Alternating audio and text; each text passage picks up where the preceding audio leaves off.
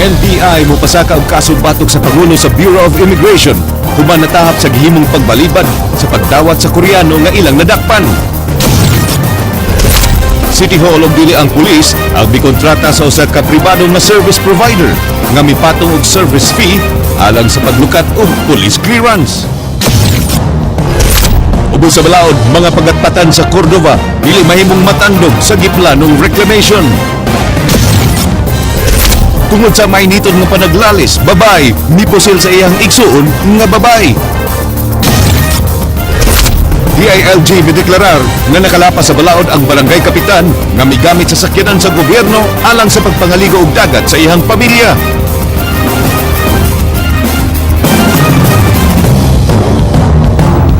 May hapon Sugbo, Kabisayan, aniya na mga balita, uban ang kritibok ang pwersa sa News 5 Cebu. Karong adlaw Miyerkules, petsa 8 sa buwan sa Abril, tuig 2015, ako si Glenn Soco. Amo na ihatod ang mas sa iyong pagbalita, inubanan sa mas komprehensibong impormasyon. Ako si Georgia Herrera. Nagkatubang og deportation ang Koreano nga nasakpang nagnegosyo og ukay-ukay. Apan nagduda ang mga sakop sa NBI sa taga-immigration kung nanong maggahi sila sa pagkundak sa preliminary investigation. Mibutyag ang NBI nga gisuwayan sila og suborno sa Koreano. Pangutanan nila karon kung midawat ba ini ang immigration. Andrea Patanya, Suginlimi.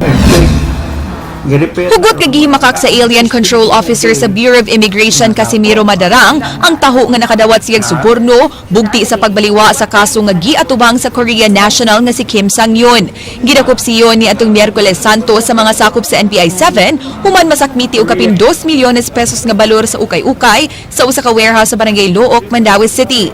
Giklaro ni Madarang nga gikuha na niya siyon sa buhatan sa NBI 7 kagabi ug anaa na kini sa holding center sa Bureau of Immigration. So to clarify lang sa inyong side, sir, wag ginadawat nga bribe ang Bureau of Immigration from this national... Well, in fact, gahapon, lagay ko kibaw. O gibribe pa, wala na kumplisuhan. Ang NBI mireklamo nga nagdumili si Madarang sa paghimo sa preliminary investigation sa ilang nadakpan nga Koreano diyang ila kining gitugyan sa immigration. May mga emissaries ito na nagparating dito sa amin, nag-o-offer ito ng 1.5 million para huwag itong i-turn over sa immigration. Apan matod ni Madarang, sa rihang unang gi-turnover sa NBI 7 siyon nga to kanila, wa usa kini niya gikustodiya sanglit wa pa siya nadawat nga commitment order gikan sa Bureau of Immigration Central Office sa Kauluhan. Kagabi paniini nadawat ang fax sa commitment order nga gipirmahan sa acting chief sa Legal Division sa Bureau of Immigration Central Office nga si Chris Villalobos. April 7, 2015, 7:56 PM ang nakasuwat nga date and time of receipt. Wa ko kadawat og commitment order. Never kong detain o foreign national. Kaya ilang abogado inikaso nako arbitrary detention wa ko. I have no basis. Okay. Sir, War ba na piyansa? Mato ni NBI Assistant Regional Director Augusto Eric Isidoro, nagduda sila kung nganong nagdumili ang taga-immigration sa pagpahigayon sa preliminary investigation kang Kim Sang-yun. Gibutyag ni Attorney Isidoro, nagisuwayan sila og suborno sa Koreano og 1.5 million pesos aron lang di mada sa Immigration Bureau. Nang hinaot ang NBI nga wa maadto ang kwarta sa pangu sa Immigration Bureau head nga si Madarang. We are planning to file a anti-graft case against Mr. Madarang for his refusal. Kasi trabaho nila yun eh. Gipaybaw ni Madarang nga gilihok na nila karon ang pagkumpleto sa charge sheet sa maong Koreano kay nasuta nga duna gid kini violation sa immigration laws kay bisan tuod nga duna kini working visa, nakabutang sa iyang mga dokumento nga sa eskwelahan siya nagtrabaho. Giingong violation sab nga daw siya na ang nagsilbing tag-iya sa ukay-ukay business sa Mandaue. Giklaro sa taga Bureau of Immigration nga ana sa 90% ang posibilidad nga ma-deport gyud ang Korean national nga si Kim Sang-yun apan di pa mahitabo ang deportation process hangtod nga di mahusay ang iyang kasong kriminal dinhi sa Pilipinas. Ila sa gipahibaw nga mahimong mo-file og petition for bail ang maong Korean national alang sa iyang deportation apan lahi ang bail sa BOI kun itandi sa bail sa korte sanglit di kini usa ka katungod kundi usa ka pribilehiyo. Gawas ni Kim Sang-yon, anaasab sa ilang holding center ang laing Korean national tungod gyapon sa samang illegal ukay-ukay business. Ang duha nag-atubang og kasong paglapas sa Republic Act 4653 nga nagdili sa pag-import o ginamit nga sinina gikan sa laing nasud aron maproteksyonan ang panglawas sa publiko ug aron ma-preserve ang dignidad sa mga Pilipino. Andrea Patenia, News 5. Nagduda ang NBI sa gihimong pagbalibad sa opisyal sa Bureau of Immigration. Dihang ilang giturnover ang dinakpan nga Koreano alang sa preliminary investigation. Gumikan niini pasakaan sa NBI ang Pangulo sa maong buhatan ug sumbong kalapasan sa Anti-Graft and Corrupt Practices Law. Jinky Rosit, Suginlimi. Human gihulga nga pasakan og kaso sa NBI ang Bureau of Immigration gumikan sa pagbalibad ini nga ipaubos silang kustodiya ang Korean national nga si Kim Yang-yon daling nakapagawas ining commitment order si Director Casimiro Madarang III. Gani siya pa mismo mo'y mikuha niyon sa buhatan sa NBI 7 kagahapon. Apan bisan pa man niini, pasakan gyapon siya og reklamo sa maong ahensya. Mag-atubang og kalapasan sa Republic Act 3019 kun Anti-Graft and Corrupt Practices Act si Madarang. Dapat mag-conduct sila ng preliminary investigation. Huwag outrightly i-refuse. Kasi paano mo madidetermine kung nag-violate nga siya ng immigration? Matod sa NBI, kini nang ikaduhang higayon nga gibalibaran sila sa immigration sa mga langyaw nga i-turn over nila. Tataw matod pa nga dunay mga kasabutan ang mga langyaw sa mga labaw sa Immigration Regional Office. Bakit ganun ang mga foreigner na ito, ang lalakas ng loob nila na mag-engage dito? Kasi na-abuse yung pag-issue ng mga special working permit na yan. Apan tubag sa pangu sa Bureau of Immigration sa hulga sa NBI, ilang tubago ng issue kung mapasaka sa NBI ang sumbong. Samtang giawhag sa NBI ang ubang ahensya sa gobyerno nga kung mahimo buhaton sa matarong ang ilang mga trabaho. Hindi yung pinapahirapan mo pa yung kapwa other agency para ma-implement ang batas. Jinky Rosit, News 5. Giklaro sa Department of Interior and Local Government Region 7 nga bisan og si Careta Barangay Kapitan Eduardo Lauron ang nagpagasolina sa iyang government-issued vehicle nga gigamit sa ilang family beach outing niadtong Easter Sunday. Nakalapas gyapon siya sa balaod sa Civil Service Commission. Andrea Patenia, Suginlimi. From the government property. Ubos sa Civil Service Commission Memorandum Circular No. 75-6 ang tanang government vehicles alang ra sa official use ug wa magkuwang sa pagpahimangno niini ang DILG. Nasayran nga lakip kini sa mga hisgutan sa seminar alang sa mga newly elected o incumbent officials aron pahimangnuan sila sa ilang mga responsibilidad ug sa mga balaod. Sa training program sa atong mga elected officials, apil ang discussion on civil service policies and especially Republic Act 6713, Ethical Conduct for Government Officials and Employees, and the Anti-Graft and Corrupt Practices Act. So, wala excuse sa ato mga elected or appointed officials na wa sila kibaw sa katong violations. Di makasugod og investigasyon ng DILG sa kaso ni Lauron kay ang pagpasaka og reklamong administratiba katungod og responsibilidad sa local chief executive sa Cebu City. Kundi kini aksyonan ni Mayor Michael Rama, mahimo siyang ipatawag sa Civil Service Commission.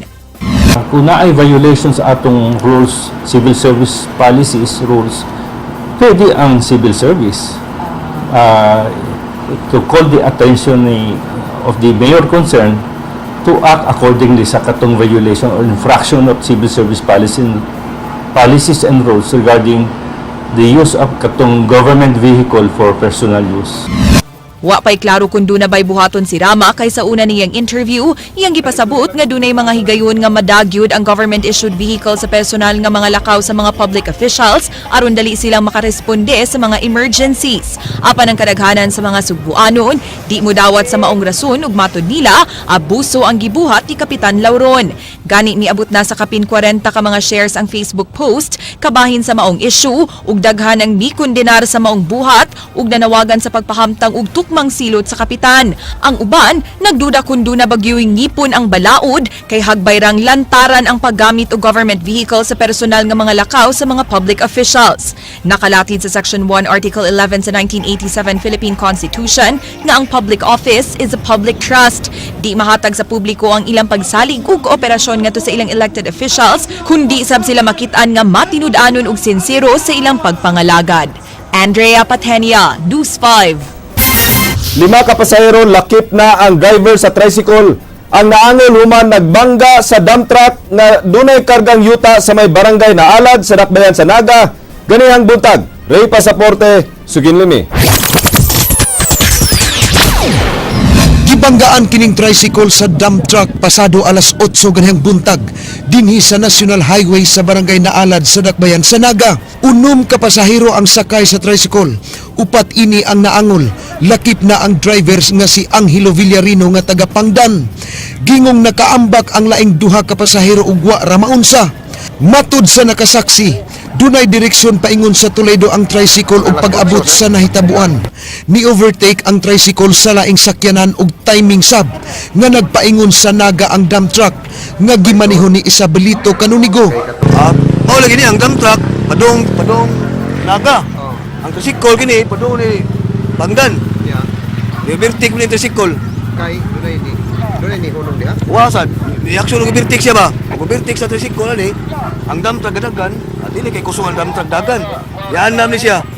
Nasagi ni siya kining iguan niya. Mo ni natrapo sa dili. Ang mga pasahero tawo di lawom sa dump truck. Gikan sa quarry ang truck ug padong ihatod ang iyang karga sa tinaan. Hinungdan nga hinay ra ang iyang dagan. Nakahunong na ko. Tanaw mo di ahag siya. Pagpitin mo break na. Mga kuwan. Bukod pa siguro. Paghunong na ko diha ang lubot sa terus. Awas sa motor.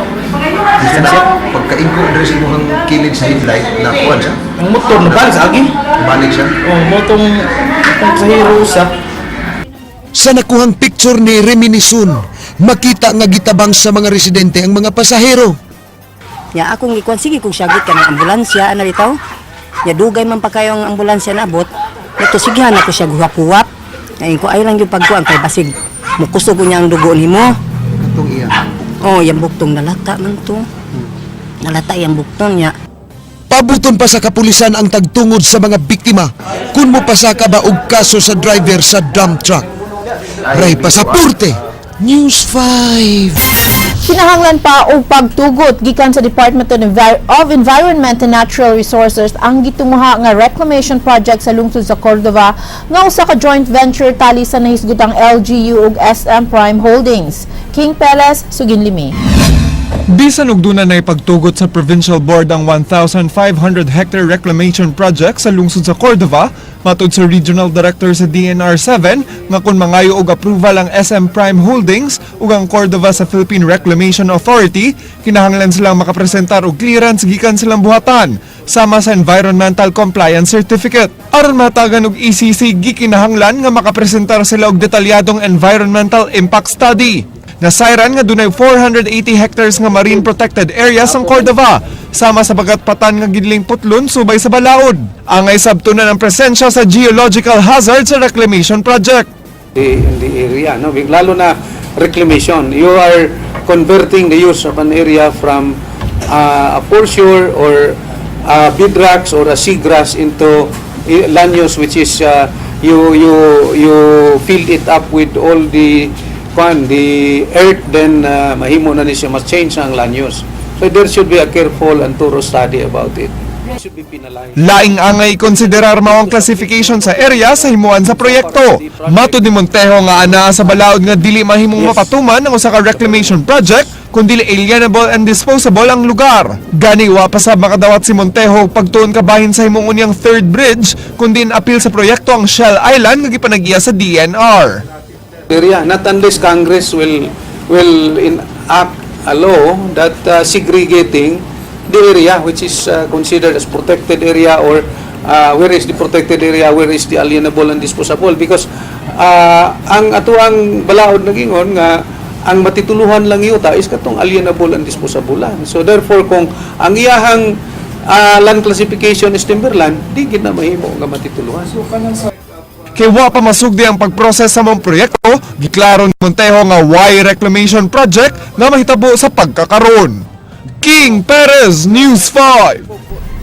Davide magpalit tandem gipanglantawan nga mahitabo na sab sa 2016 elections human mipadayag si Vice Gobernador Agnes Magpale nga andam siyang makigpartner gihapon ni Governor Davide. Jinky Receipt, Suginlimi. Kumpiyansa na sa Cebu Governor Junjun Davide nga mahitabo na sab-unya sunod tuig ang tandem nilang Vice Governor Agnes Magpale bisan ug managlahi ang ilang partido. Bakod party si Magpale, samtang Partido Liberal si Davide, apan nag-alyansa ang duha ka political party niadtong 2013 elections. Gikalipay ni Davide ang pagbutyag ni Magpale nga di siya mudagan pagkagobernador sa lalawigan. Ito kami si Vice Governor may istorya na. At tukod lang yung tingali ining humihong ba. So nalipay kita ana. So it's Davide Magpale one more time. Si Magpale may paybaw kagahapon nga posibleng magpapili siya gusab sa samang posisyon nga iyang gihuptan karon. Apan mag-agad siya sa desisyon sa mga lider sa bakod tungod siyang pagbaton og utang kabubuton nila ilabi na sa mga butante sa 5th District. Nga ako na proven yun nako nga unsa ang ilang respeto nako sa just as much as I respect them. No pressure. Ana lang sila nga whatever it is try to reconsider. Jinky Rosit, News 5. Patay ang usa ka construction worker human po sila sa wa mailing mamumuno sa barangay Inayawan kagabi. Leslie Caminadi Vistil, Suginlimi. Dini sa sud sa VIP Village sa Barangay Inayawan, nahapla ang patayng lawas sa construction worker nga si Ricardo Flores, lumad nga taga-Bulak sa lungsod sa Dumanhog. Nakaangkon kinig samad pinusilan siyang tangkugo nga milapos siyang baba. Matud sa mga residente nga pasado alas 8 kagabi, nakadungog sila og duha ka buto sa armas. Motor ra, mora. Asa pa Nibalik, nibaking siya diri, nibalik kan to gawas. Kasi man nakaklaro ka sa plate number. Wala gyud. Ngit-ngit man diri. Sa pakisusi nga gihimo sa homicide section, giyong nagsakay og tricycle ang biktima uban siyang mga higala. Kalit kining mikanaog ug mikaratil og dagan. Apan gigukod kini sa motorsiklo nga gisakyan sa mamumuno ug gipusil sa dapit kun asa nahagba ang iyang patayng lawas. Karon ato pa ni i-check up ang background niya, i-check nato para mahibaw nato ang motive nga nagipusilan siya. Leslie Caminadi Vistil, News 5. Tungod sa away, kritikal ang kahimtang sa usa ka manghod. Human po sila sa iyang maguwang kagabi. Ray Pasaporte, Suginlimi. Gipriso sa San Fernando Police Station si Vernalyn Lisundra. Human niya po sila ang iyang manghod nga si Anis Matmat Discartin. Pasado alas 6 kagabi sa ilang Pinoy-anan sa Barangay Basak, Bukirang Bahin sa Naisgutang Lungsod. Tugan sa suspek nga nagkalali sila sa iyang manghod ug miabot sa punto nga gilabay ang basura niini sa ilang balay. Sa iyang kalagot, nikuha siya og armas ug iyang gipusil ang iyang manghod kinsa naigo sa tiyan. Kuan man gid si Ray napuno na ko ba sige panghagit. Sige jud panghagit pero gipalabay ra nako, gipalabay nako pero gabi uron jud ko kagwanta kay nagpasingit man gid siya nga makasukol gid ko. Ang mga basura namunit sa mga basura gilabay diri sa akong tugaran. Yang alang-alang masagsugot ra sa akong basura anha sa akong tugaran. Gibalik sa nako glabay nga to siya halo kung pinaguman sige man gyud magbinuntagay man kunumi. Napungot naman ko mo to nagamitan ako. Butyag ni Vernalyn nga dugay na sa iyang posisyon ang 38 revolver nga giprinda kaniadto sa iyang kauban sa trabaho. Human sa hitabo, wa na siya makatimaan kung si kinsa ang nikuha sa iyang armas. Kapin sa usa ka tuig nang nagkabikil ang magsuon ug kadaghan na silang nagbugno. Nga wa ra niya hatagi gibug-aton apan kagabi, wa na siya makaantos. Unang gidala sa Carcar City Provincial Hospital ang biktima. Apan gibalhin dayon kini sa Vicente Soto Memorial Medical Center ug anaa sa critical nga kahimtang. Wa makatuo ang uyuan sa magsuon sa hitabo. Ang akong kuan na do nga maistoryahon na kay wag imong kuan maura gud ang tawo madagsuon na gud niya. Di na lang na ingon niya dakon gyud ang parihanang kuan magay magkasukaso gud. Nya lain po kay maura man gud magsuon naman. Istoryahon na gid na sila. Imo na lang ni Oo. Makuha din taon tong to sa hospital. Oh, malang malibre ito dong. Gapaabot pa ang San Fernando Police sa bana sa biktima kun mo pasaka ba kinig kaso batok sa igsuon sa iyang asawa. Ray Pasaporte, News 5. Gilang big-time drug pusher sa barangay Gunog, Dakbayan sa Lapu-Lapu na sikop uban ang iyang mga suki. Lasi kami na Devistil, sugin limi. Kining mga pinutos nga gituwang shabu, drug paraphernalia o kwarta mao'y nakuha sa mga sakop sa Lapu-Lapu City Intelligence Branch gikan sa giyong drug den sa subject nga si Ricardo Baruela sa sitio Tambis, Barangay Gunog. Gawas kang Baruela nga giilang big-time drug pusher na sikop sab silang Ramil Fuentes, Habar Pabilia, Brendo Bahio, Paul Andrew Baguio, Justin Baruela ug Sarame Libaton. Kasagaran kanila na atlan nga nanuyop. Nadak pa rin, dinod na dito na aktuhan mi na nagamit sa kanto. Aside from the series of text complaints nga atong na-receive sa regarding sa illegal drug trade anang lugar kana nga subject, naapad ni siya pod sa ato ang watch list kani si Dodong. At the same time, usapon ni siya sa mga pangalan nga ma-suspect every time na may mga carnapping may tabo, at the same time robbery nga may tabo. Giangko ni Baruela nga tigamitan siya og drogas apan ang ubang pasangil wa niya ang kuna. Kana para paraphernalia siguro kana. Pero kana drugs wala ko ano. Gibana ba ng mukabat sa 200,000 pesos ang kantidad sa gituang shabu nga nasakmit. Leslie Camina de Vistil, News 5. Usa ka bata namatay dihang nahulog sa tabay kagahapon sa hapon. Gisuwayan kini luwas sa iyang mga kauban nga bata apan pakya sila. Ray Pasaporte, sugin nimi. Patay ang kapin usa ka tuig nga batang lalaki human na lumus ining atabay dinhi sa Central Kalahuan sa lungsod sa Minglanilla. Suway pang gidala ang bata sa hospital sa lungsod apan gideklarar nga patay pag-abot sa Tambalanan. Duha ka mga batang nagpangidaron 6 anyos mao'y nakadiskubre sa biktimang si Jarrell Nadila nga natuwad sa atabay. Gitabangan sa duha ka bata og bira ang tiil niini sa biktima aron suway nga maluwas kini. Jarrell nalubong di ako. Pretisan akong dagan. Sus mama ko nakitaan pag abot ako diha nga ang bata na naman sa gawas. Lagom naman siya sir. Sa akong karato ni siya gid ko Jarrell. Akong gihakop, gidagan ako dito. Nya gidawat sa iyang lula. Ingon, wa nini mo gituwad luto, ani mo gikwad ko. Wa, kasi kadlok na ko ba ko pasabot na siya akong gibati, perti na akong syagit. Matud sa inahan, sawa pa mahitabo gikuyog niya ang iyang anak. Ug gani nakita pa niya kining nakigduwa sa laing bata nga kaedad niini. Naglikit og kanang pinisi ba? Kanina tayo mo nang gida? Oh, gidan ako siya gibantayan sa akong manghod. Niya ako manghod kani tabang man akong panglikit pero kani siya nagpakita pa ni siya namo nagdaduwa pa ko yung sa katong bata sad nga kaedad niya ba. Yan naibong na lang mi taod-taod nga nitawag na po bata sad nga nataga ko no siya sa tabay pag kuan na namo pagkuha na namo pagdaga na ko niya wala na pero dili jud ako nakakuha niya nga mo ang silingan pero wala na siya ang murag daluya na ba. Wala siya kakuan, wala siya kaliho. Suma sa mga lumulupyo sa dapit, aduna na'y pipila ka mga bata nga nangahulog sa tabay. Apan naluwas ra sa mga silingan. Gikulbert lang na nilang katong ako, nagtukod masamig tabay, pero ako ang kipa-square, tungod ko taga-tuhod ra, kay hadlo ko sa mga bata bitaw.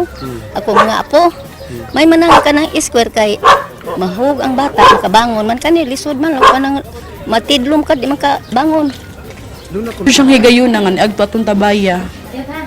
Tulo na siya katabay pero kadtong tabaya di jud na siya moagto kadto pa lang jud gahapon pa jud na itabo nga niagto siya. Usually moagto siya sa kanang pikas nga tabay pero di jud na siya munaog sa babaw ra jud na siya. Kadto ambot no may kay bangon naabot siya dito. Ray Pasaporte, News 5.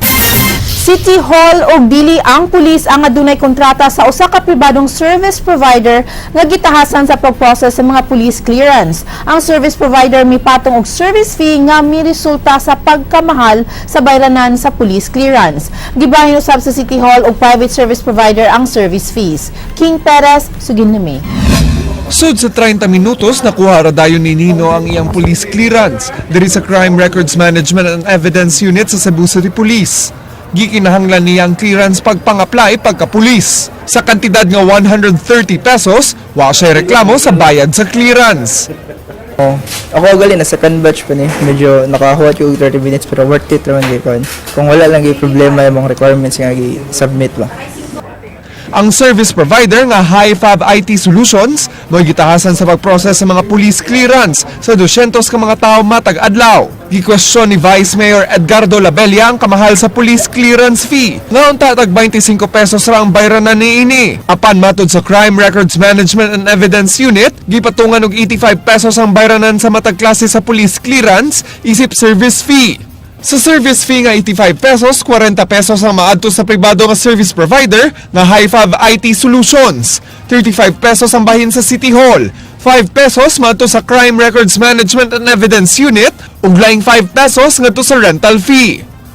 Medyo dako og kuan sa City Hall sir, kaya wa man sila expenses ng makuan, maggasto ba? Di pa sa service provider nga ilahat tanan. Dugang gipasabot sa OIC sa Crime Records Management and Evidence Unit nga dili ang Cebu City Police ug ang maong service provider ang adunay kontrata. Kini tungod kay ang Cebu City Government ug ang Hi-Fab IT Solutions mao'y adunay kasabutan nga musud ang maong service provider sa pag-release sa mga police clearance diri sa dakbayan sa Sugbo. Managlahi ang bayranan sa matag klase sa police clearance nga lukaton. 45 pesos lang unta ang police clearance alang sa local employment ug paglukat sa mga lisensya. Mas mahal kini sa kantidad sa clearance nga gipatong sa service fee nga 85 pesos. Samtang ang labing mahal nga police clearance moabot ngadto sa 725 pesos alang sa naturalization. Ang bayranan sa matag klase sa police clearance patungan og 85 pesos nga service fee. King Perez, News 5.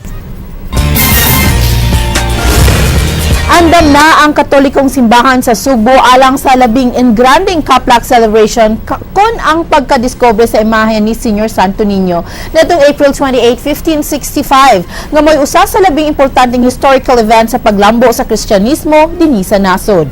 Duna sa himong Kaplak Buwad Festival ang Barangay San Nicolas proper. Andrea Patanya, Suginlimi.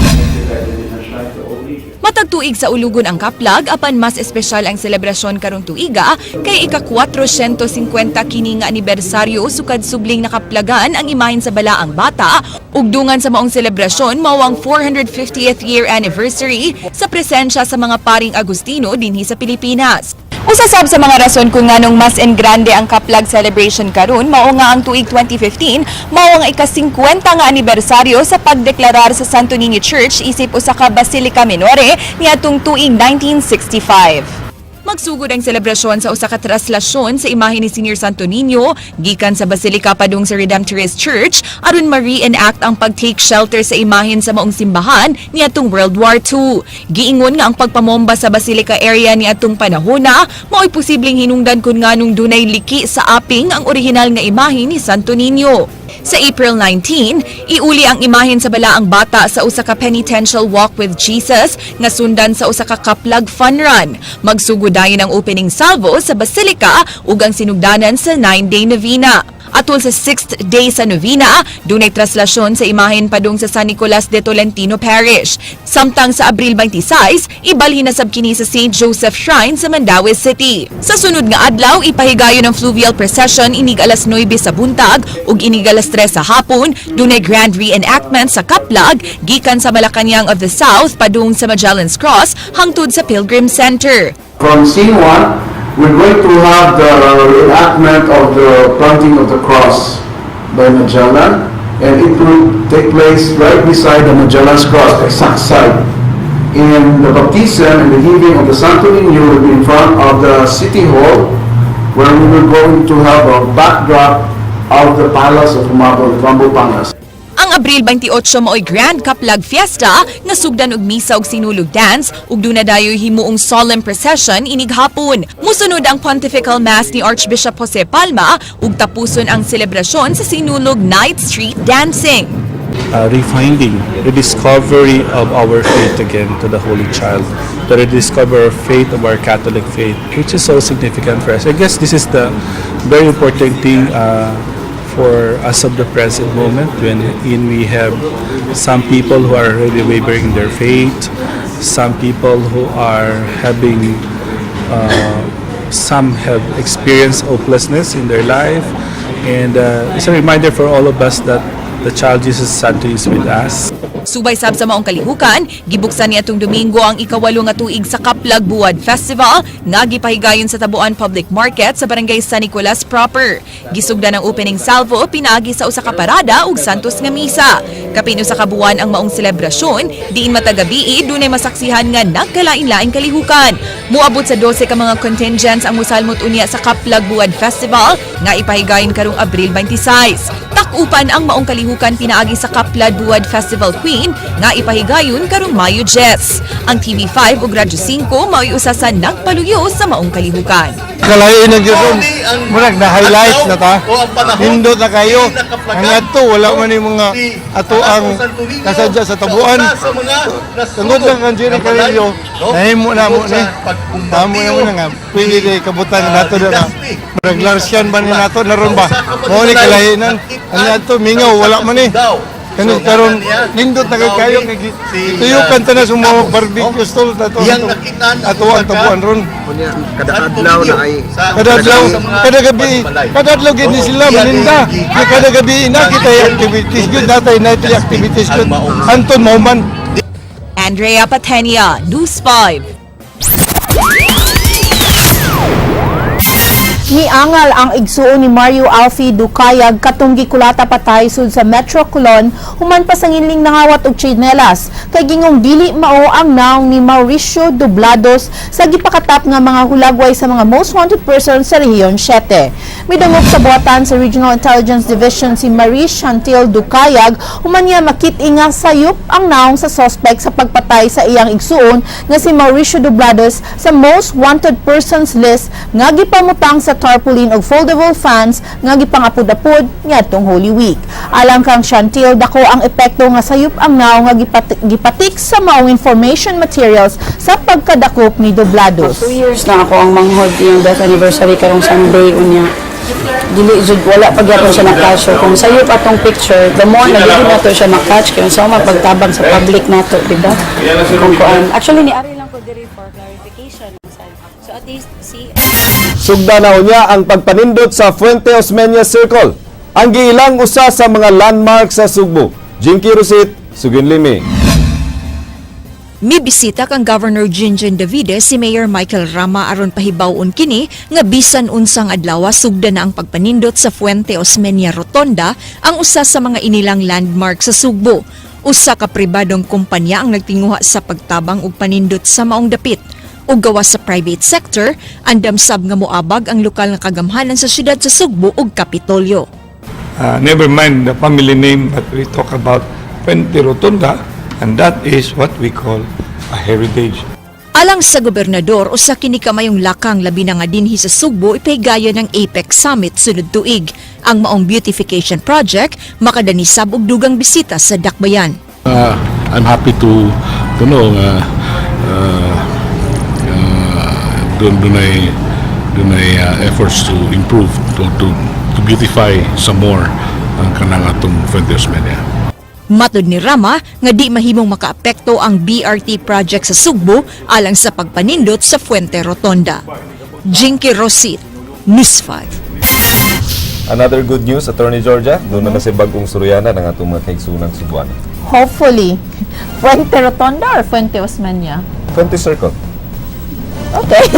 Suro niya tadi. So, I mean, you know, sa una, di na betatigato naman na skating sa una, di ba? In the Rotonda. Yes, pero muragwan na kabot na yan ang panahon na.